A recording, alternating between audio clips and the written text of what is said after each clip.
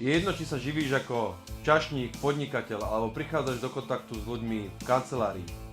Ľudskému kontaktu sa nevyhneš a preto je veľmi rozumné vedieť čítať ľudí. Nepotrebuješ na to ani 6 rokov štúdia na Vysokej škole psychológie, nepotrebuješ na to ani čítať neverbálnu konverzáciu ľudského tela, mikrovýrazy, mimiky a podobne. Nič z tohto ti netreba. Sú to veľmi dobré doplnky, ale nemusíš tomu venovať svoju pozornosť. Stačia ti dve jednoduché otázky na to, aby si prečítal človeka, ktorý sedí oproti tebe. A tie otázky nemusíš ani položiť jemu, ale sebe.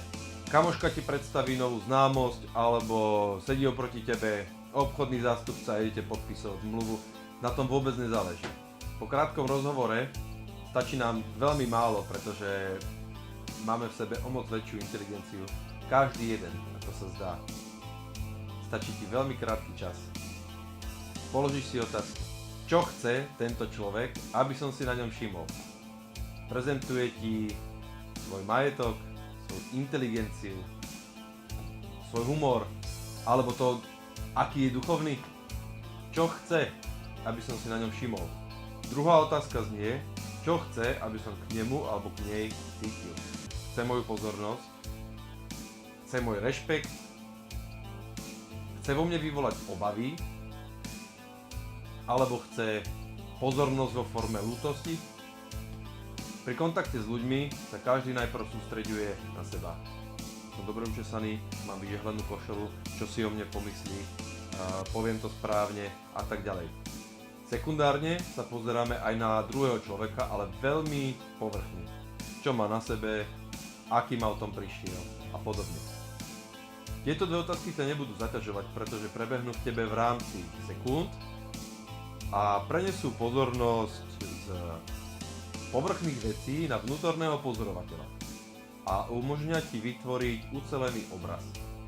Ale aj tak je pre teba najpodstatnejšia otázka, na ktorú si odpovieš len ty sám. Ako na to ja reagujem? Čo to vo mne vyvoláva? Príde niekto na drahšom aute ako ja? Vyvoláva to vo mne pocit menejcennosti alebo nižšie sebavedomie? Stretnem sa s niekým, kto je oblečený ako roboš a vyvolá to po mne väčší pocit sebahodnoty, pretože ja mám na sebe bielu košelu zrovna. Viem, že je tých otázok nejako veľa, ale dostaneme sa aj k štvrtej a tá zmazáva zo stola všetky tri predošlé. Keď budeš sedieť sám, tichu, opýtaj sa samého seba. O čo sa snažím ja? O čom sa snažím presvedčiť svoje okolie?